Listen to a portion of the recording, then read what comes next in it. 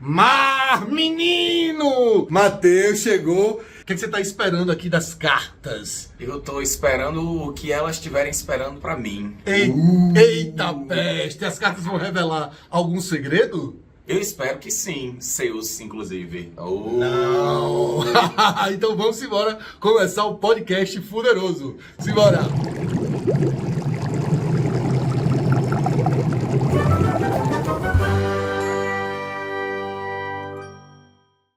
Estamos começando mais um podcast fuderoso. Aquele bate-papo que a gente só sabe como começa. E o resto, as cartas revelarão. E hoje eu tô aqui com quem? Com Matheus Cardoso. Olha o galã aqui.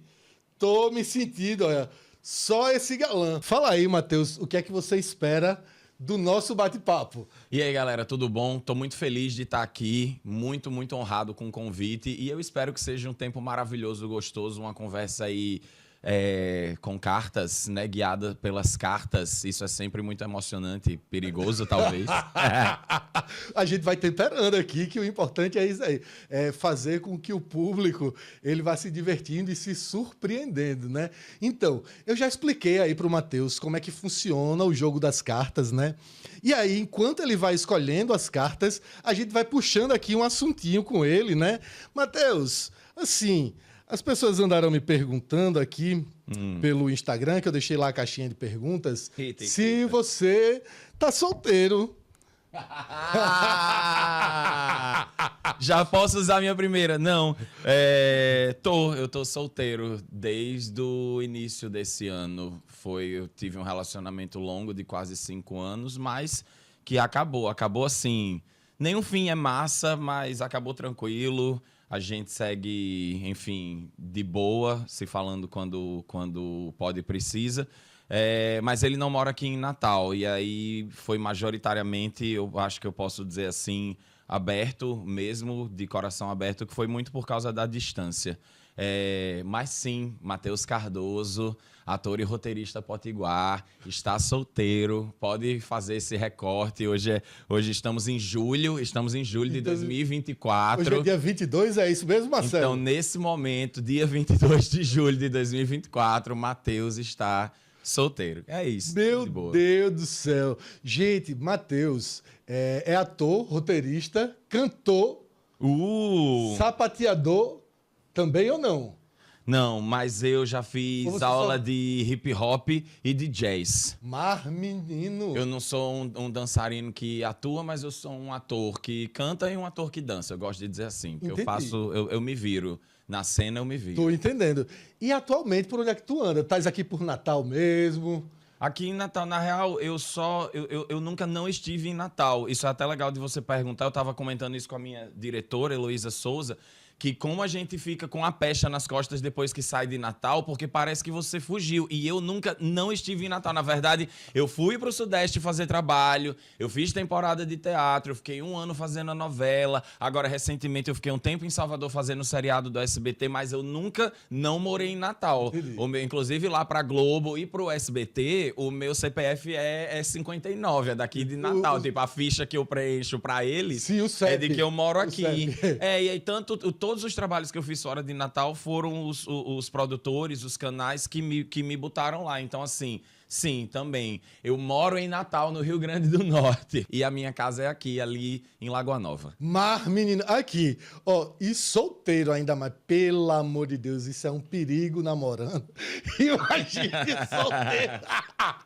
Porque aqui, assim, eu faço às vezes desse câmera também, né? Que tá filmando as tuas pernas. A gente já vai aproveitando aqui, eu achei que a gente ia gravar embaixo numa mesa, né? Como geralmente são os podcasts. Aí vim de bermudinha, mas aí a gente faz esse momento assim emocionante. Tu tá vendo, minha gente? Amostrado não, a peste, olha só.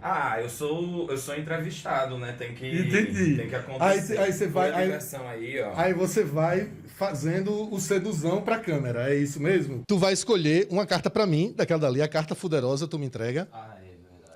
É verdade. Olha uma aí, delas, uma né? delas. Tirar do meio, Exatamente. que eu gosto aí do Exatamente. embolado. Deixa eu ler logo. Aí você agora vai escolher 3 cartas de cada uma dessas que estão aqui, tá? Show de bola. Vamos embora. Porque aqui é assim, eu faço às vezes desse câmera também, né? Que tá filmando as tuas pernas. A gente já vai aproveitando aqui, eu ó. achei que a gente ia gravar embaixo numa mesa, né? Como geralmente são os podcasts. Aí vim de bermudinha, mas aí a gente faz esse momento Olha, emocionante. tu tá vendo, minha gente, amostrado aqui, não, a peste, olha só. Ah, eu sou entrevistado, né? Tem que acontecer. Aí você vai, Pura diversão aí, ó. Aí você vai fazendo o seduzão pra câmera, é isso mesmo? É isso mesmo, Brasil? E tentando falar no microfone, que é o importante, porque podcast as pessoas vão ouvir, algumas pessoas não vão assistir, então tem que fazer tudo muito perto do microfone. Histórias pessoais. Esse tema muito me interessa. Tema muito te interessa. Eu tô gostando de ver, ó, as cartas aqui se formando. Aí o outro, temas a perna não, quero dizer as cartas. Temas sensíveis. As pernas não, as cartas. As cartas, só as cartas. Pô, se eu soubesse que ia ter essa palhaçada das minhas pernas aparecerem, eu tinha já... Vindo de sunga. De sunga. Olha, Oxi! 3 temas sensíveis, misericórdia. Pelo amor de Deus. Será que a gente vai chorar com os temas sensíveis? Ah, às vezes a gente se emociona, né? Reflexões profundas. Exatamente, é porque eu sou um bom pisciano. Gosto. Né? Tu é de que signo, legal. Matheus? Eu sou taurino do dia 9 de maio, do 2º decanato de Touro, com ascendente em Libra e com a lua em Aquário. Por isso que tu é diferentão, caba. É como você se relaciona... com a cabeça na lua, na maluquice. E o que é que eu entendo sobre... E o que é que eu entendo sobre signo? Astrologia. Astrologia, né? Absolutamente nada. Eu costumo dizer que eu sou do signo de dinossauro. Eu ia te perguntar uma outra coisa enquanto tu estava aí puxando as coisas. Chorar é mais fácil que fazer rir? Chorar é mais fácil do que fazer rir? Não, em cena pra mim não. Eu acho que fazer rir é muito mais difícil do que chorar, porque eu acho que fazer rir tem a ver com a relação que você constrói com o público enquanto você trabalha. E chorar é uma coisa muito pessoal, é muito técnica. Então, acho que fazer rir depende da virtuose do trabalho. Chorar depende de você. Entendi, compreendi. Você gosta de fazer mais comédia ou drama? Eu gosto de encenar. Eu acho que a comédia ela apresenta muitos desafios técnicos mesmo. É um artifício difícil, curioso, que muito me interessa. Acho mais complicado no corpo até fazer comédia, mas eu amo atuar. E eu acho que muitas obras hoje em dia, inclusive, são no cinza, são comédias dramáticas, são dramas com cenas, às vezes, muito engraçadas. A novela é sempre assim, né? A novela sim. Um drama, majoritariamente, mas que independente de ser das 9, das 7 ou das 6, vai ter muitos momentos engraçados. Então, eu acho que é isso. Um bom ator tem que saber navegar. Mas eu digo a você assim, no corpo, dos anos que eu já trabalhei, fazer comédia, fazer rir é mais difícil. Esse é aquele momento que a gente vai começar, ó. As cartas estão aqui montadas, certo? E eu quero que Matheus, ele escolha pra gente uma coisinha aqui, ó, uma dessas cartas pra gente começar. Eu vou começar pela minha preferida, verde. A verdinha, histórias pessoais. Como eu sou o dono da pitanga, eu vou roubar aqui um pouquinho, tá, gente? Que eu vou primeiro vai ver. Olhar. Claro que eu não sou besta. Aí é marmelada. Já começou na marmelada, vocês estão vendo, né? Não, gente. Marmelada, marmelada. Gente, eu acho que essa pergunta aqui é uma pergunta muito legal, assim. Qual foi o maior medo que você já enfrentou na sua vida? Foi o medo de sair do armário. Eu acho que isso foi uma coisa que me aterrorizou muito tempo, me fez, acho que, inclusive, perder muito tempo de vida. Foi o tempo que eu passei mentindo para mim mesmo e mentindo para os outros sobre a minha sexualidade, né? Como eu cresci numa família muito conservadora, numa família muito religiosa, isso era uma perseguição. Então, era o que me aterrorizava, me amedrontava. E eu acho que eu posso falar muito claramente na minha vida que existe um antes e um depois da época que eu me aceitei. Eu não falo nem me assumi, eu digo eu me aceitei. Eu entendi quem eu era para mim mesmo, resolvi me tratar com aquele carinho e informar ao mundo simplesmente que eu não ia mais tentar me colocar nas caixas que todo mundo ao meu redor até então estava querendo me colocar. Eu acho que esse medo de me enfrentar, de me encontrar, ele, depois que eu enfrentei ele, eu acho que eu passei mais de 20 anos, né, assim, apavorado, e tive crise de ansiedade por causa disso, e tive depressão por causa disso.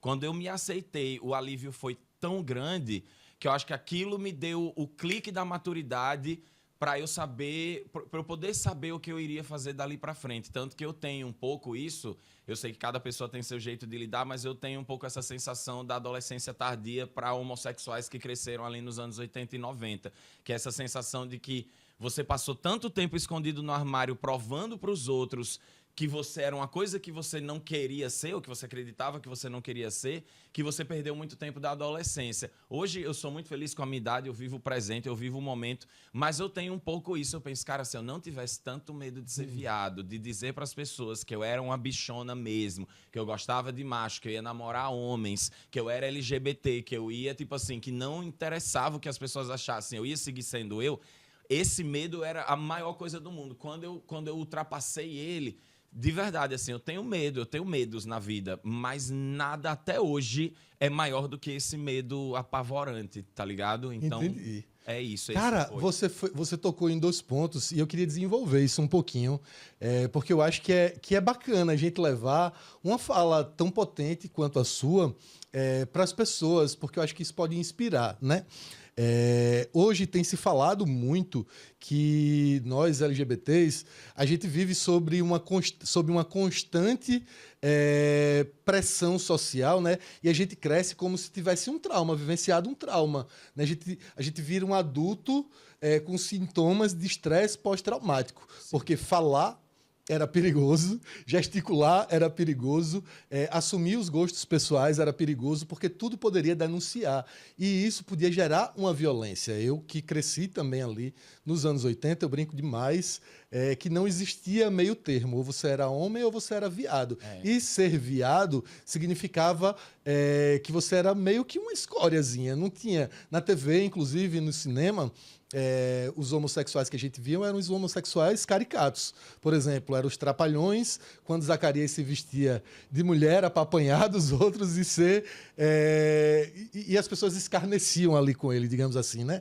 Era o Jorge Lafon, Sim. que tinha na Praça é Nossa, que entrava ali... Uma caricatura bem grande. Bem grande, exatamente. Um homem gigante, mas ele precisava... e tá sempre afetado o tempo inteiro. Ele brigava ali com todo mundo. Ele estava sempre bravo, não era? Sim. Para poder se colocar.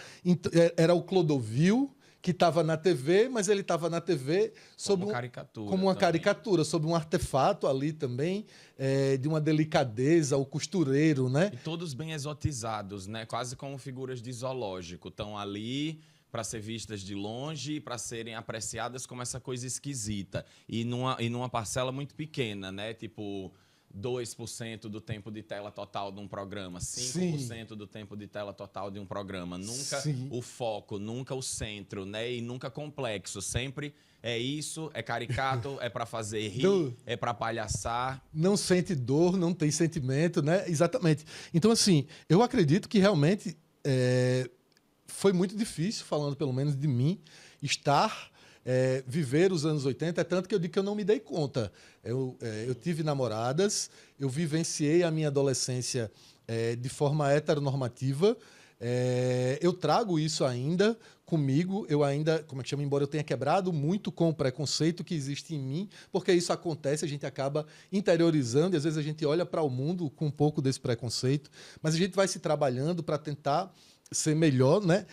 Mas eu sinto que existe essa carga da identidade, né? A gente vem construir a identidade da gente mais tarde, você falando aí. Depois que eu perdi esse medo, foi diferente. Eu acho também que quando eu entendi, para mim, quando eu entendi, não, é desse jeito que eu sou, esse é o meu desejo, é dessa forma que eu me expresso, isso foi ficando mais pacificado dentro de mim. Eu acho que eu pude ir para o mundo com mais potência, com mais garra, e eu acho que é importante.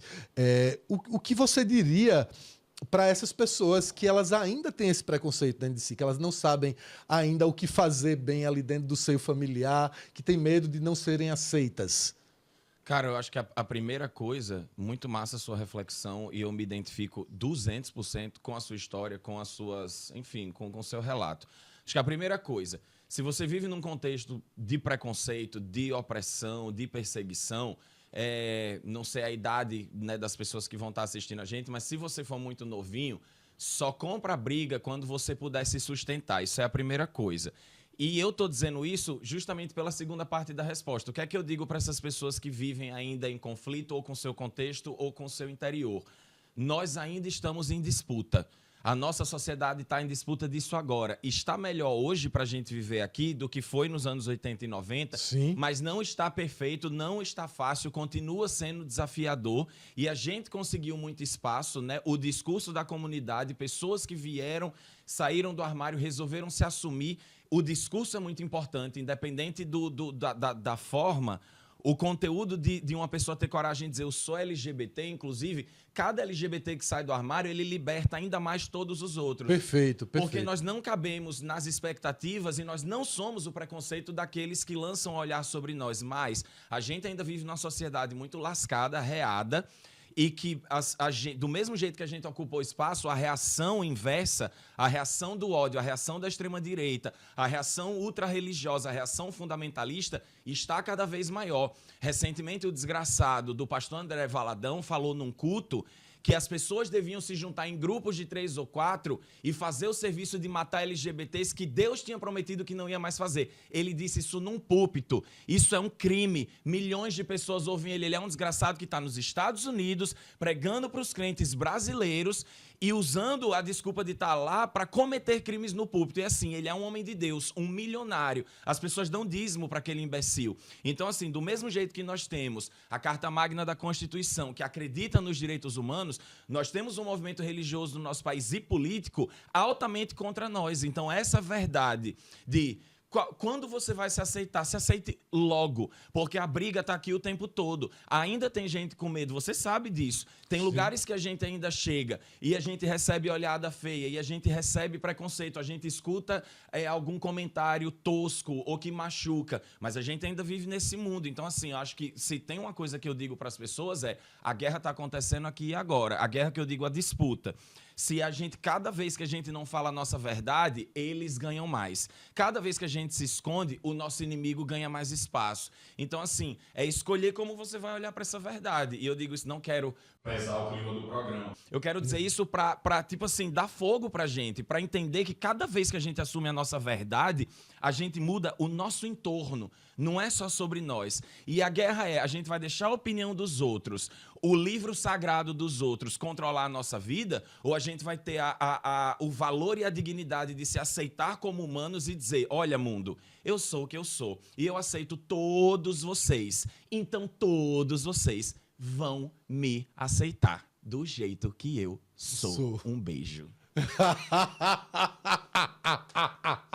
Eita peste! Eu nem sei se eu vou trazer a próxima reflexão, porque se era para vir polêmica, então bora meter a polêmica aqui. Matheus, mas eu vou perguntar. Pergunte. Tu trouxe um ponto aí, né, na tua história, na tua narrativa, de que você veio de uma família religiosa também.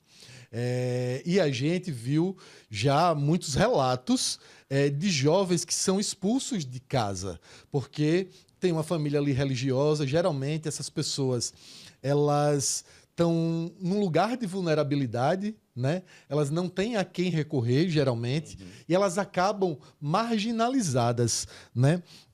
Uma coisa que eu acho que é interessante, para que a gente possa refletir, eles estão num lugar de vulnerabilidade, né? E aí eu vejo essa grande distorção. Eu sou ateu hoje, certo? Mas eu já passei por diversas igrejas, já fui da igreja evangélica, já fui da igreja católica, já frequentei cultos espíritas. Eu só não fui ainda para as matrizes africanas, mas tenho muita curiosidade, porque eu sou uma pessoa que eu gosto de entender como é que o mundo funciona, né? E dentro dessas passagens, a grande coisa que ela fica para mim do livro sagrado, da Bíblia, digamos assim não, viu? Da Bíblia, é que existe o amor ao próximo, né? Ele vem, porque Moisés, ele escreve os 10 mandamentos, e tinha lá um monte de coisa. E Jesus vem... Recebe os 10 mandamentos. Ele recebe os 10 mandamentos, né? É porque eu já estou naquela parte de que ele escreve. Enfim, a gente vai até onde a gente consegue. A nossa razão, até onde a nossa razão consegue chegar, né? Eu entendo que Moisés escreve os 10 mandamentos ali de forma política para poder alcançar aquela comunidade de pessoas que tinham deixado aquele estado de miséria.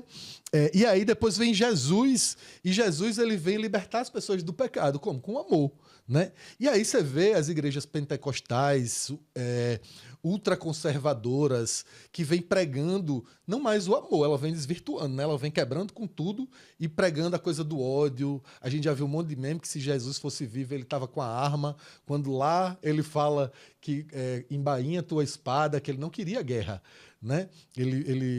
Como é que chama? Ele não queria a guerra. E aí eu vejo que existe um grande conflito. A palavra... o cristianismo ele desacredita a homossexualidade. E eu não consigo compreender porque existem tantos gays que eles vão nesse outro caminho, né? Eles vão buscando uma salvação que já está negada. Isso. Não existe abertura. Não existe abertura, não tem um lugar. Assim, você pode ser bom, você pode ser o que for, mas está escrito. Eu sei que muitas coisas já foram desvirtuadas, mas... somos a minoria da vez, né? Como as mulheres já não foram nada um dia, como os negros já não foram nada um dia. Hoje a comunidade LGBT é o nada da vez, assim, são os descredenciados, os marginados. Mais um nada. A nossa sociedade segue escolhendo muito. Segue escolhendo. Estamos aí na lista dos cidadãos de quinta categoria, você tem razão. Isso, né? Então, o que eu digo é assim, o que é que você acha dessas pessoas que elas seguem buscando essa salvação que já está negada desde o princípio dessas escrituras, da religião cristã, principalmente, né? O Brasil, se não me engano, já ultrapassou aí os evangélicos, já são maioria hoje, do que os católicos. Ainda não? Segue para ser. A gente vai... estima-se que até 2030. Até 2030, mas no né? último censo ainda não passou. Tá chegando. Tá chegando. Então, tá negada essa salvação aos LGBTs. Como você enxerga esse movimento? Eu enxergo carência, eu enxergo falta de amor próprio, eu enxergo necessidade de pertencer a um grupo. Porque eu entendo, assim, eu sou muito consciente sobre o mundo que eu vivo e sobre a realidade que eu gostaria de transformar, mas assim como você, eu gosto de entender como o mundo funciona e gosto, inclusive, de entender que algumas coisas não vão mudar.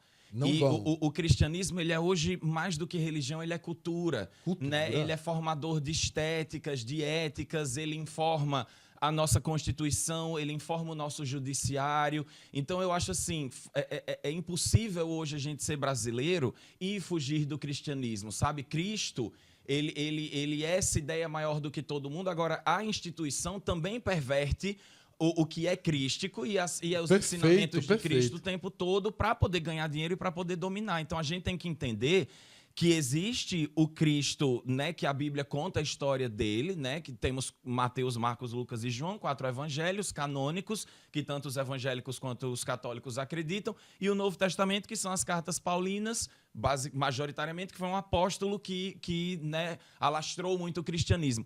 Aquilo ali é uma coisa. O cristianismo hoje é absolutamente outra, totalmente diferente, porque o tempo é outro. Eu não tô nem falando assim, porque desvirtuaram tudo. Cara, é um livro de 6.000 anos sobre uma cultura que já não existe mais, tá ligado? Sim. Nem os judeus hoje são o que eram os judeus da época da Bíblia. Então, é entender que a instituição cristã, a instituição católica apostólica romana e hoje o evangeliquismo, que é essa salada caótica de doutrinas e de igrejas e de interpretações também. Que a pessoa vai ali para o púlpito e a gente vê cada atrocidade, cada coisa horrorosa. Eu falei aqui do pastor dizendo que tinha que pegar e matar grupos de LGBTs. Isso foi um pastor que falou isso num rito de culto, falando em nome desse Cristo. Então é importante a gente separar na nossa cabeça muito claro. Cristo é uma coisa, a instituição cristã é outra. E a instituição cristã, sim, tem os seus objetivos, que são de dominação, que são de alastramento, que são de continuidade. Então qualquer pessoa... de política. Que são de influência política. crítica, evangélicos isso. entenderam muito isso. É bispo daquilo, pastor daquilo, bancada evangélica. Como a gente tem uma bancada evangélica num país laico? Tá entendendo? Quando eu digo a situação é muito pior, às vezes, do que a gente pensa. Tem um ministro do Supremo Tribunal Federal que se diz terrivelmente evangélico. Isso já é uma aberração. Isso já é uma perversão da laicidade do Estado. Só que vai acontecendo e a gente vai dizendo, é normal, eles são maioria, eles acontecem muito. E nisso a gente vai sendo perseguido e tendo os nossos direitos cerceados. Mas só para voltar para a pergunta que você fez, todo ser humano tem instinto de autoproteção. A gente quer ser amado, a gente quer ser querido. É raro hoje, no nosso Brasilzão, no nosso sertãozão, fora das classes mais bem informadas, mais ricas, que são as minorias do nosso Perfeito. país, é muito longe da nossa vida ultra-rural e da nossa vida de quebrada. Esse esclarecimento, o discurso institucional cristão já chegou muito antes para essas pessoas. Hoje as pessoas têm muito mais acesso a qualquer igreja evangélica do que a remédio, do que a saúde, do que a educação, do que a lazer, do que a esporte e do que a segurança. O nosso entorno já está tomado por essa coisa nefasta, que é esse cristianismo político, que não é Cristo. Repito, não é Cristo, não tenho nada contra Cristo, mas eu tenho muita coisa contra os cristãos e não tenho medo de dizer isso porque eles têm muita coisa contra mim e trabalham todos os dias para minha destruição. Então, assim, jogo limpo, chumbo trocado. Mas aí eu digo, esses viados, esses LGBTs que não conseguem sair da igreja, o que eles querem é estar num lugar que os aceite, que os ame, mas apesar disso ser verdade, categoricamente, o Novo Testamento e o Velho Testamento condenam a homossexualidade. Isso é uma verdade bíblica, isso é uma verdade desta doutrina. Vale a Bíblia. Mas porque tem um amor? Tem, e tem a homofobia também. Mas porque Cristo é amor? Sim, mas Paulo era escravocrata e apoiava ter escravos. Então, assim, é o mesmo livro, que tem um, tem o outro. Agora a gente tem que ser inteligente. Tem que buscar lá e falar, cara, muito. Precisa ser crítico. Como eu vou para além disso? E outra, onde eu acho outros grupos? Onde eu acho outras doutrinas, teorias, jogos, poesias, peças? Onde eu acho outros shows que me permitam congregar, que me permitam me sentir um com essas outras pessoas, sem ter que negar uma parte importantíssima. Só para terminar, porque eu sei, assim, que o clima é massa e eu tô pesando aqui com a conversa. De jeito nenhum, mas, tá muito rico, muito tem um rico. menino que agora eu vou esquecer o nome dele, mas enfim, era uma menina trans chamada Catilares, e me perdoe vida, mundo, que eu não vou lembrar o nome dele de menino. E ele deixou de ser uma mulher trans, tinha feito cirurgias, né, de readequação do corpo e refez, tirou todas essas cirurgias, e essa semana ele postou um vídeo dele, todo de boizinho, com a roupa de ir para a igreja, e ele escreveu assim: que bom estar me tornando na pessoa que eu creio e não na pessoa que eu quero. E aquilo me doeu muito, porque ele está celebrando a morte dele, da essência da vida. Porra, velho. Eu estou me tornando no que creio e não no que quero. Isso é uma derrota muito grande. Isso é mais uma vitória da igreja, da institucionalidade, que fez aquela pessoa acreditar que ela precisava ser, e o que ela crê não é nem o que ela crê, são o que os outros, é o que o pastor crê, e não o que ela, nem sei como chamar, quer. Tá ligado? Essa morte dessa vontade, o não encontrar o lugar de realizar esses desejos, é aquilo que faz essas pessoas buscarem alento em qualquer lugar, inclusive na igreja. Fantástico. Pesei o clima. De jeito galera! Muito bom. Eu queria até trazer, só para a gente fechar essa parte, que eu digo que eu sou um ateu cristão, e as pessoas elas não entendem. Porque eu entendo a história do Cristo, o Cristo político, o Cristo pessoa, o Cristo histórico, né, que está lá. E aí eu acho que foi Karnal que trouxe isso uma vez. Não existe mais o cristianismo, mas o betianismo, o mateuanismo, o marcelanismo, que são as adaptações que a gente faz acerca, né, da doutrina, para que ela possa caber na nossa vida, para que ela possa caber além, no nosso estilo de vida. Aí a gente vai fazendo as concessões, mas isso não é mais cristianismo. Né? Isso não é mais ser cristão, isso é ser qualquer coisa menos ser cristão, porque a doutrina ela está lá escrita, ela tem as regras, né? Como você fala, tem as regras canônicas, ou você crê ou você não crê, ou você faz, ou você segue ou você não segue. O resto é invenção que a gente faz disso daí. E eu acho isso muito legal, E aí eu quero que você escolha mais uma coisinha aí pra gente passar pra frente. Eita, quais são os outros assuntos que eu A gente foi tem aqui, ó, pessoal? revelações pessoais, revelações surpreendentes, temas sensíveis, a gente tem pura Vamos de diversão. temas, já que tá tão leve o clima, vamos de temas sensíveis, pra deixar a coisa mais feliz. Esse vai ser o programa, o episódio mais pra cima desse podcast. Mas, meu Deus do céu. Olha aí, tá vendo? Eu acho que você escolheu as cartas aqui, que era pra gente poder seguir mesmo, já foi tudo. Diversidade e inclusão. Qual é a importância da diversidade, da inclusão? Principalmente, sei lá, na cultura aí, como a gente tem visto. Qual é a importância, por exemplo, na minha época, era impensável uma série, por exemplo, como Elite, que todo mundo pega todo mundo. É verdade. Né? Na minha infância era tudo bem inocente. Eu vejo até os povos falando hoje em dia de Anitta. Eu digo, mulher, a gente descia na boquinha da garrafa, segurava o tchan, amarrava o tchan e depois fazia tchan, tchan, tchan, tchan, tchan. A criança, ela não percebe, né? Mas aí hoje você tem as referências... que elas são mais reais, elas não têm mais aquele romantismo que tinha na época da gente, talvez. Né? Como é que você lê essa questão de diversidade, de inclusão? Você acha que às vezes é muito? Como você dosaria isso dentro desse contexto que eu trouxe? Ou você pode ampliar? E eu trouxe esse contexto do Elite porque foi o que me veio na cabeça, a coisa bem... Você tem todo tipo de personagem ali habitando aquele universo, né? Dentro de um streaming que é acessível para qualquer pessoa, tá aí na palma da mão. Eu acho que uma coisa que responde talvez rápido e fácil o que você falou, a importância que eu dou à diversidade e inclusão é que se a Rede Globo não se importasse com diversidade e inclusão enquanto política empresarial executiva, antes de ser uma política ficcional, que a gente vai chegar lá na produção da ficção, mas se ela não pensasse isso enquanto empresa, eu não teria jamais entrado no elenco de uma novela da Globo. Sim. Por quê? Porque a diversidade e a inclusão são respostas do nosso tempo a demandas históricas, inclusive sustentadas pelo cristianismo, pelo patriarcado, pelo capitalismo, que a gente precisa, se a lógica capitalista é que você pode acumular mais e mais e mais, você também politicamente nesse jogo vai querer que quem tenha mais e mais e mais sejam parceiros seus, pessoas que querem que você também tenha mais. Fantástico. Então, tipo assim, a ausência de diversidade e exclusão é a presença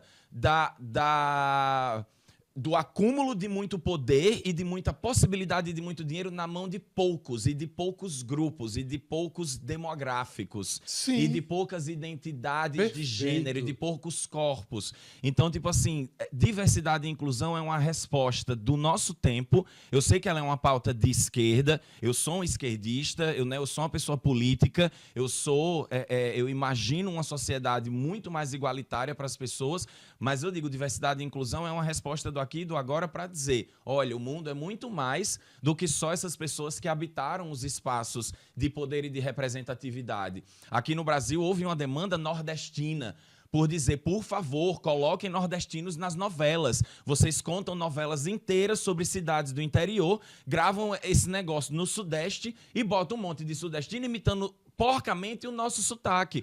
Se não fosse essa demanda por diversifiquem os elencos, incluam os nordestinos na criação nordestina de vocês. Isso é uma luta política. A presença hoje de pessoas negras, tanto em espaços políticos... Olha aí Kamala Harris. Sim. Olha a importância de você ter, e todo mundo está falando, né? A importância de você ter uma mulher preta concorrendo ao cargo de maior importância dos Estados Unidos é, sim, uma resposta da mudança dos tempos. Fantástico. Né? Enfim, acho que é isso, é importantíssimo. É algo pelo qual eu luto e apoio e sempre vou lutar, porque vai passar por questão de identidade de gênero, por questão de cor, de raça, econômica, tudo, engloba tudo. A complexidade, inclusive, do universo. Eu costumo dizer, eu costumo brincar que, às vezes, o conservador ele tem um pouco de dificuldade de enxergar a complexidade que existe no universo. Então ele precisa continuar nesse mundo dual, que é onde a criança cresceu, né? Conservar A criança o mundo como ele É. Olha o conservador. Eu quero que tudo fique como era. Como era. Não quero mais gente, não quero mais diversidade. Tá bom.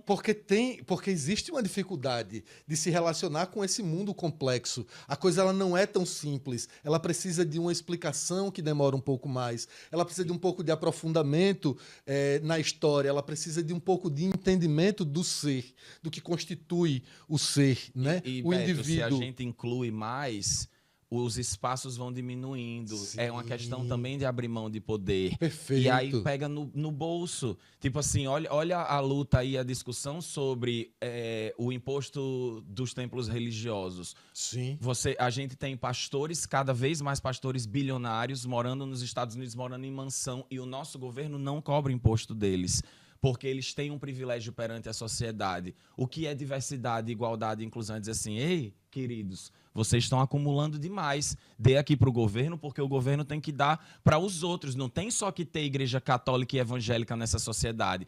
Tem que ter mais terreiro de macumba, tem que ter mais centro espírita, tem que ter mais união de, sei lá, pessoas que gostam de se vestir de personagens de Pokémon, de cosplay. A gente precisa de diversidade na sociedade. Fantástico. É isso, tipo, agora incomoda. É como eu tava dizendo, é uma briga, é uma luta. Não é só uma opinião que eu tenho aqui, é porque eu acho bom diversidade e o conservador não acha. É assim, ele tá lutando para que o mundo fique com menos pessoas parecidas comigo. Sim. E eu tô querendo incomodar ele, dizendo, ei, tem que vir preto, tem que vir bicha, tem que vir não binário, tem que vir transexual, tem que vir bissexual, tem que vir a tropa toda, tá ligado? Fantástico. Fantástico. Eu acho isso incrível demais. Vamos embora. A gente vai pra onde agora? Qual é esse tema? Isso aqui é pura diversão. É pra gente dar umas Lá vem, ó. Eu vou ter que cantar ou dançar. Misericórdia. Não veio nada disso daí, não. Que bom. Não veio. Eu acho que nessa você vai se sair muito bem. É? Tu vai contar pra gente uma história. Essa história tem que ser verdadeira. Tá. Só que você vai exagerar pontos dessa história e eu preciso adivinhar onde é que tu tá exagerando. Ai, meu Deus do céu. Tu acha que tu vai sair bem nessa? Vou, mas aí, por causa disso, eu vou usar minha carta do tempo extra, que é o convidado ganha tempo extra para pensar antes de responder uma pergunta difícil, enquanto o apresentador canta uma música. Se errou! Você não... E a gente ainda vai ouvir uma música enquanto aqui eu penso no exagero que eu tenho que contar. Vai lá. Meu Deus do céu. Tu vai me ajudar, então, a cantar uma música? Enquanto tu pensa. E aí eu não consigo pensar. Ele achou que ninguém nunca ia usar essa carta. Eu tenho certeza. Ele está sempre tive roxo. certeza. Por favor, um close no rosto do apresentador. Eu sempre tive certeza que ninguém jamais usaria. Gente, eu sou sempre muito fofinho aqui. Quer que eu canto aí? Eu não sei, Evidências. Evidências. E nessa loucura de dizer que não te quero, vou negando as aparências, disfarçando as evidências. Mas pra que viver fingindo, se eu não posso enganar meu coração? Eu sei que te amo, chega de mentiras, de negar o meu desejo. Eu te quero mais que tudo, eu preciso do teu beijo. Eita peste! Eita! Meu Deus do céu. E ele foi feliz com essa história, viu? Assim, Claro, eu estraguei, o avacalhei o programa. negócio que Matheus quer é o caos. É o caos. Ele é o agente do caos. Um servo de Dionísio, de Baco. Eu estou aqui para exusar o programa. Meu Deus, então vai ser bom. Vamos embora. Eu tenho a história. Vamos embora, então, para essa história. É uma história muito, muito legal, porque foi um dia, assim, que realmente me abalou as estruturas. Foi quando eu estava trabalhando no Projac, na Globo. O primeiro dia de gravação, o meu primeiro dia de gravação, foi também o primeiro dia de gravação de José de Abreu nessa novela. José de Abreu, que é um ator que eu admiro muito, um companheiro de partido, também filiado ao Partido dos Trabalhadores, militante de esquerda há muitos anos. A gente, enfim, se deu bem na novela. E o primeiro dia de gravação dele foi também o primeiro dia de gravação meu. E não só isso, foi também o dia que eu conheci Débora Bloch, porque ela tinha uma cena no mesmo lugar, eles dois faziam marido e mulher, eram os meus chefes, então eu conheci Débora Bloch. E voltando para o Projac, Quando eu estava na mesa, eu estava com Titina, eu e Titina Medeiros, minha amiga, minha mestra, minha deusa, minha rainha, maravilhosa. Titina, cuida de quando tiver aqui em Natal, aparecer por aqui. Oxe, tá direto, é outra. Ela mora em Natal. Ela viu? mora em Natal. Titina Muito mora bem. em Natal. Bota a Titina para jogo nessa eu tava cadeira. almoçando no Projac com Titina e aí ela tava com um amigo, Kiko, que já tinha feito uma novela das 7 com ela. E aí Tony Ramos passou por trás dele. E Tony estava com um terno assim, estava com uma roupa simples de trabalho, segurando um terno lavado na mão. E aí Kiko fez, Tony, meu amigo. Aí ele fez, meu Deus, Kiko, quanto tempo que eu não lhe vejo. Aí ele pegou e olhou para a mesa, tava eu, Titina, mais um colega do elenco de Mar do Sertão. E aí Titina apertou na mão dele, eu apertei na mão dele e Titina falou assim, seu Tony, olha, eu sei que você não me conhece, mas eu queria dizer que você é uma das razões pelas quais eu virei atriz, porque eu admiro demais o seu trabalho. E ele falou, não só eu sei quem você é, como eu estou assistindo a novela de vocês e eu estou adorando o Mar do Sertão. Parabéns pelo trabalho de vocês. E aí ele saiu. E eu quis morrer. E é essa a história que eu tenho para contar. Mas não tem exagero. Não tem exagero? Não. Tudo é verdade. Você acreditou em tudo que eu contei? Matheus, eu sou um inocente, né? Quem me conhece sabe, porque se eu não tenho essa referência. Você estava contando uma história linda de realização. Eu já estava me transferindo para o seu lugar e de Titina. Eu disse, meu Deus, Tony Ramos. Tony Ramos nem é uma pessoa. Tony Ramos é uma entidade. Uma entidade. É verdade. Né? Eu me lembro de Tony Ramos, eu era criança. Selva de Pedras. Tony Ramos e... Acho que foi a primeira novela que eu assisti, que eu acompanhei. Uau. Selva de Pedras, era Tony Ramos e Fernanda Torres. Não vou nem mentir, não é da minha época mesmo. Não é. Eu era muito novinho. E era Selva de Pedras com Tony Ramos. Quem fazia o antagonista era Miguel Falabella e Fernanda Torres fazia a primeira protagonista. É Fernanda Torres, né? A filha de Fernanda Montenegro. Essa mesma. Pronto. Ela também só fez essa protagonista e nunca mais na vida dela. Ela conta que foi a pior experiência da vida dela. Ela fazendo. Gostou de novela, na real, ela. Ela nunca gostou de novela, sempre exatamente. fala isso. Exatamente. E, meu Deus, eu não faço ideia de qual é a parte que... Então deixe, já que você acreditou em tudo, deixe tudo. Não, é brincadeira, é só que foram essas coisas aconteceram, mas não foram no mesmo dia, não. Foram em dias separados. Foram em dias separados. Essa a única mentira. O resto é tudo verdade. Então tá eu quero muita coisa boa pra acontecer num dia só, tá ligado? Um dia eu conheci Zé de Abreu, outro dia eu conheci Débora Bloch, outro dia eu conheci Tony Ramos, mas isso tudo aconteceu. Só mas tu tá vendo? Mas é muito factível. Viu? Mas eu exagerei. Não teve nenhum exagero. Assim. Você só fez juntar as linhas de tempo. O que um roteirista faria... Pronto, eu fiz uma edição, é verdade. Você só fez editar ali e pronto. Eu aceito. Então vamos embora agora pra onde? Pra o amarelinho, é o quê? Esse amarelinho tu já foi. Que foi então vamos esse vermelho. Esse daqui? Eu vou pegar o que você ia pegar agora. As cartas azuis. Os pensamentos profundos. Estão na minha mão. Não, aqui são reflexões profundas, ó. Momentos de reflexão e pensamento. Mas, rapaz, é porque um deles aqui a gente já discutiu bastante, né? Massa. Mas eu vou para esse daqui. Você estava falando sobre essa questão... A questão mesmo da adolescência, meio tardia e tudo mais. Você hoje já reflete sobre a velhice, sobre esse amanhã que está mais distante? Tu é um jovem de quantos anos? Eu sou um jovem de 36 anos, nascido no maravilhoso ano de 1988, o ano da Constituição Cidadã da nossa democracia e de criação do SUS. Eu venho de um ano muito importante. E é o signo de dragão no horóscopo chinês e eu gosto muito de Game of Thrones. Eita peste! Mas faltou o dado mais importante, Matheus. Esse foi o ano que eu completei 8 anos.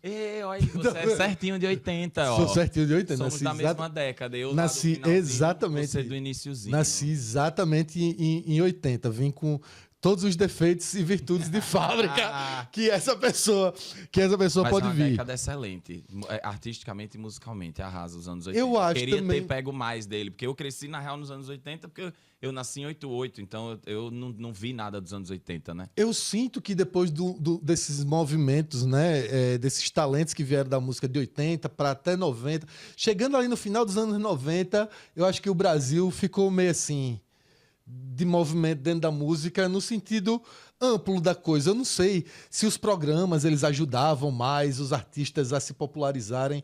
Eu acho que a gente tem muita gente boa, mas eu ainda não enxergo as virtuoses como a gente tinha muitas. Ah, você diz Né? hoje em comparação com aquele período. Com aquele período, isso. São São a arte outros se tempos. estratificou, né? Pô, eu acho. Isso.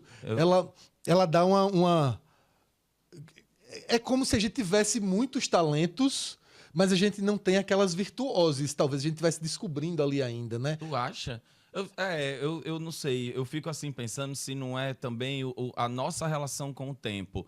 Tá ligado? Que, tipo assim, as coisas que nos foram maravilhosas e incríveis aconteceram naquela época e nos impressionaram. É tipo assim, a geração atual nunca vai viver o lançamento de um clipe ou de um CD de Michael Jackson. Não vai saber o que era. É verdade, aquilo parava. Inclusive, não o vai... mundo. Exato. E não vai saber, inclusive, porque a comunicação hoje está estratificada. Ninguém vai ter o tamanho de Michael Jackson porque a realidade digital, mercadológica, não vai permitir. Perfeito. Tá ligado? Então assim... Não vai dar para se construir um mito como aquele. Não vai. Mas é importante, eu acho, que interpretar os mitos da sua época. É importante olhar para as pessoas que são grandiosas ao seu modo, no seu tempo, porque, por exemplo, eu acho que hoje uma pessoa que esteticamente carrega o legado de grandiosidade de Michael Jackson, porque é Beyoncé. Sim. Ela não tem os mesmos números que ele, Sim. ela não lota os mesmos estádios, mas ela criou uma aura, ela criou Perfeito. uma persona artística que se assemelha e que é o que a Perfeito. galera hoje entendeu, que as pessoas vão no show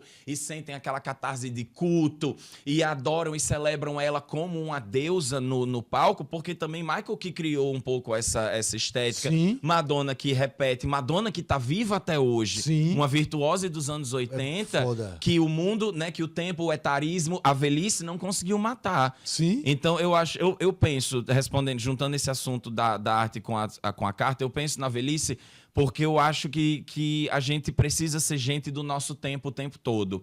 Então, eu não tenho, inclusive até de tipo, falando, eu estava conversando isso recentemente com um amigo, eu nunca tive essa coisa de, eu não gosto de gente mais velha, eu não gosto de gente mais nova. Eu me atraio por, às vezes, pessoas bem mais velhas e, às vezes, por pessoas bem mais novas, porque, para mim, o jogo tá em o que a gente tem para trazer pro agora, independente da velhice. Que incrível. Agora, eu acho, obrigado por dizer isso, porque a gente vive num tempo onde a velhice é maltratada, combatida, o capitalismo selvagem celebra a juventude de um jeito perverso, porque é a juventude que nem os jovens têm. Hoje tem muito essa brincadeira, às vezes, no Twitter, que tipo assim, um menino fala assim, cara, tava no Grindr ou tava no Tinder, dei match, tava conversando com uma pessoa e a pessoa me chamou de daddy, ou de coroa, e eu tenho 25 anos, e eu tenho 26 anos. Sempre tem, tá ligado? Velhice. Eu fico tentando Velhice imaginar. é um ponto de vista, tá ligado? Se um menino de 18, 19 tá falando com uma pessoa de 40, porra, que coroa. Agora, se uma pessoa de 40 tá conversando com uma de 50, o novinho é o de 40, tá ligado? Tô entendendo. Velhice é perspectiva. E aí eu vou com Fernanda Montenegro, porque isso é dela. Ela fala, não importa.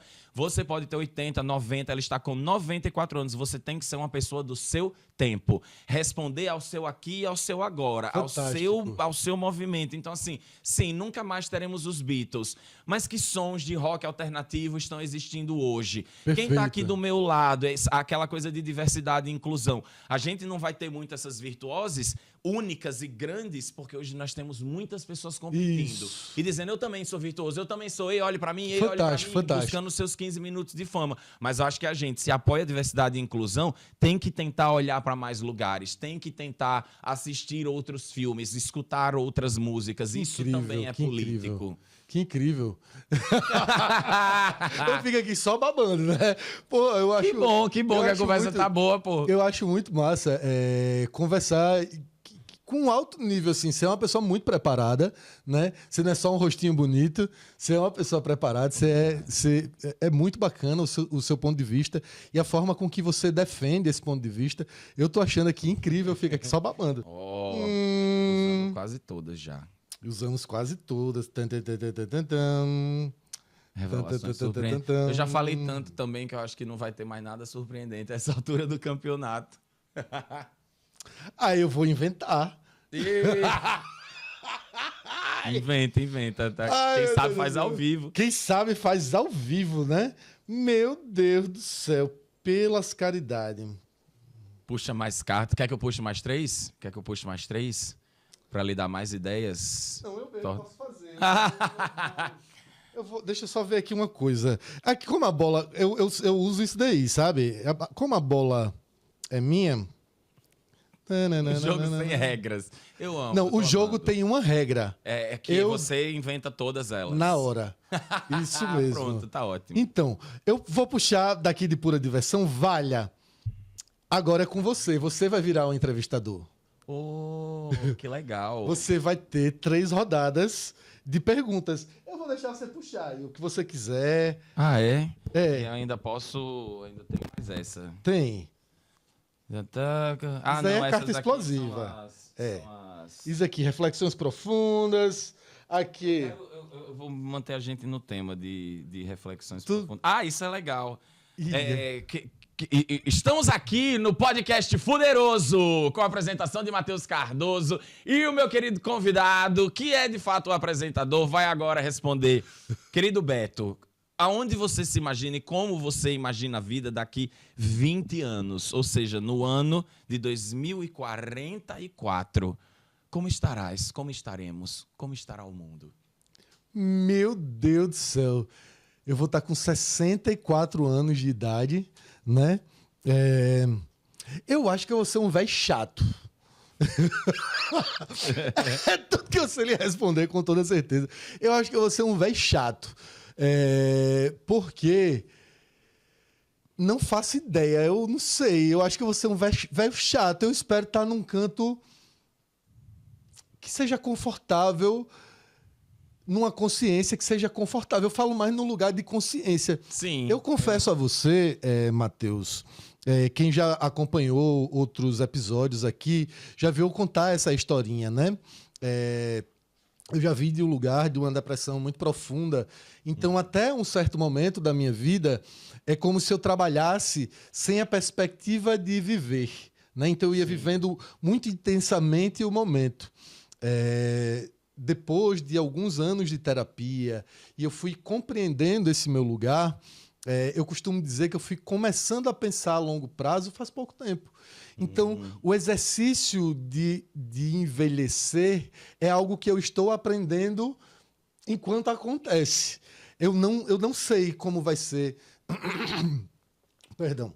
Eu não sei como vai ser daqui a 20 anos, né? Mas eu acredito que daqui a 6 anos eu vou estar com 50 anos. Eu gostaria de ainda estar com vitalidade, com força para poder estar realizando o que eu faço hoje, que é algo que eu sou muito apaixonado. Eu espero que essa criança que existe em mim esteja pacificada, mas alegre, feliz, vivaz, que ela esteja me carregando também para o mundo, que eu possa contar com a criatividade, com a inocência dela, porque é assim, né, que eu consigo me ver, mas que eu tenha conseguido conquistar um lugar que seja confortável, porque o que eu vejo é que envelhecer nesse país é duro, né? Existem pessoas que vêm de uma situação de vulnerabilidade e essa velhice ela é cada vez mais difícil de existir. As pessoas hoje elas precisam trabalhar até a morte, Sim. digamos, né? Essas pessoas que estão na situação de vulnerabilidade, nós não fomos ensinados a pensar sobre isso. A educação da gente a educação da gente não nos carregou para esse lugar dessa perspectiva. Envelhecer ainda é um tabu Sim. para muitas pessoas. Então eu vejo dessa maneira. Eu gostaria. Eu sinto que tenho muito amor ao meu redor. Eu espero cultivar ainda essas amizades que eu tenho hoje, que são amizades que eu trago desde a minha juventude. Então eu acho que a gente vai, de certa forma, se acalmando, se bastando, a gente vai tendo uns aos outros. E que eu possa agregar também novas pessoas, que a vida possa me presentear com esses tesouros. Eu acho que são essas coisas que eu penso. Não sei. Axé, eu concordo. Olha Acho aí. que eu escutando você falar, eu pensando na questão do viver o presente. Eu espero que daqui a 20 anos eu esteja vivo vivendo esse presente. E viver o presente nesse sentido de poder apurar, aproveitar, trabalhar, sabe, criar coisas, sabe, tá igual você tá no mundo, criando para você, criando junto com os outros, né? Eu acho que esse trabalho da arte nos renova muito, o trabalho da comunicação nos renova, porque nos traz para o presente. Isso aqui, por exemplo, programa de entrevista existe há 1000 anos, né? Há centenas de anos. Mas tá aqui uma linguagem do agora, tá ligado? A gente tá aqui num podcast, em frente às câmeras, falando com esse momento, lançando o que nós somos e o que nós temos, para esse agora, independente da idade que a gente tem. Tá aí, eu tô quase quarentão, né? Nós somos da mesma década de 80. Pô, nós não somos novinhos, mas eu acho que a gente tem muito a trazer pro mundo, sabe? Tem muita criação, tem muito papo bom, tem muita história. Agora, o programa ainda é meu, né? São três perguntas, eu fiz uma. Eu queria fazer uma, não dentro do que mais ou menos a gente falou, mas eu queria que você compartilhasse aqui para um artista. Qual foi a última experiência de arte que você consumiu que lhe trouxe catarse? Queria que você contasse pra gente o que foi. Se foi uma música, se foi um filme, se foi uma novela, se foi uma peça de teatro, mas qual foi um contato aí com arte recente que fez você ter uma catarse, que fez você falar, meu Deus, isso é sublime, isso é lindo? Eita peste, meu Deus. As vozinhas, tudo na minha cabeça. Seu medíocre, seu medíocre, seu medíocre. Eu me julgando aqui agora, não, peraí, não. Então eu fiz a pergunta. Eu queria que você falasse de arte que você encontrou. Pode ser uma música que você escuta sempre. Ou entendeu? Ou um filme que você gosta muito e que você volta a ele muitas vezes já na vida, porque ele lhe traz essa catarse. É um pedaço, alguma arte que você consome enfim, que lhe faz bem, lhe fez bem. Cara, eu hoje, eu voltei até para terapia por conta disso daí. É tanto trabalho, é tanta criação, que às vezes eu acabo me desconectando do entorno. Eu acabo não aproveitando o entorno. Talvez até a minha pressa de voltar de novo para fazer a segunda temporada do Fuderoso era para que eu pudesse também ter contato com esse agora, como você está fazendo. Eu adoro filosofar. Eu adoro gente que filosofa com propriedade como você. Eu acho fantástico. Mas tem um filme que eu sempre volto para ele, que eu acho uma obra-prima do Nolan, que é Interestelar. Eu sou apaixonado por física. Ele cria ali a alegoria do buraco negro, né? Sim. E fala sobre a questão do tempo, sobre o amor durante o tempo. E ele vai nos apresentando conceitos que são até difíceis, mas ele vai tentando traduzir, explicar aqui dali para o espectador de uma forma... Até a crítica fala assim, que é o jeito dele fazer filme, que é explicando... Sim. Que é explicando para o espectador, chamando a gente de burro. Mas eu acho fantástico que ali tinham conceitos que eram muito... difíceis. E eu acho que o fim do filme carrega a gente para esse lugar de reflexão sobre possibilidades. O que teria sido se, o que teria sido se, mas o que a gente tem de fato é sobre o agora, né? Sobre o resto, sobre o passado, sobre o futuro, a gente só pode conjecturar. Sim. O que a gente pode fazer bem é fazer algo, é decidir algo sobre o agora mesmo, tá no agora. Então eu acho que esse filme, eu acho ele sensível, eu gosto desse filme, por alguma coisa também. que me carrega para esse canto. Eu acho isso que você falou, a emoção da razão.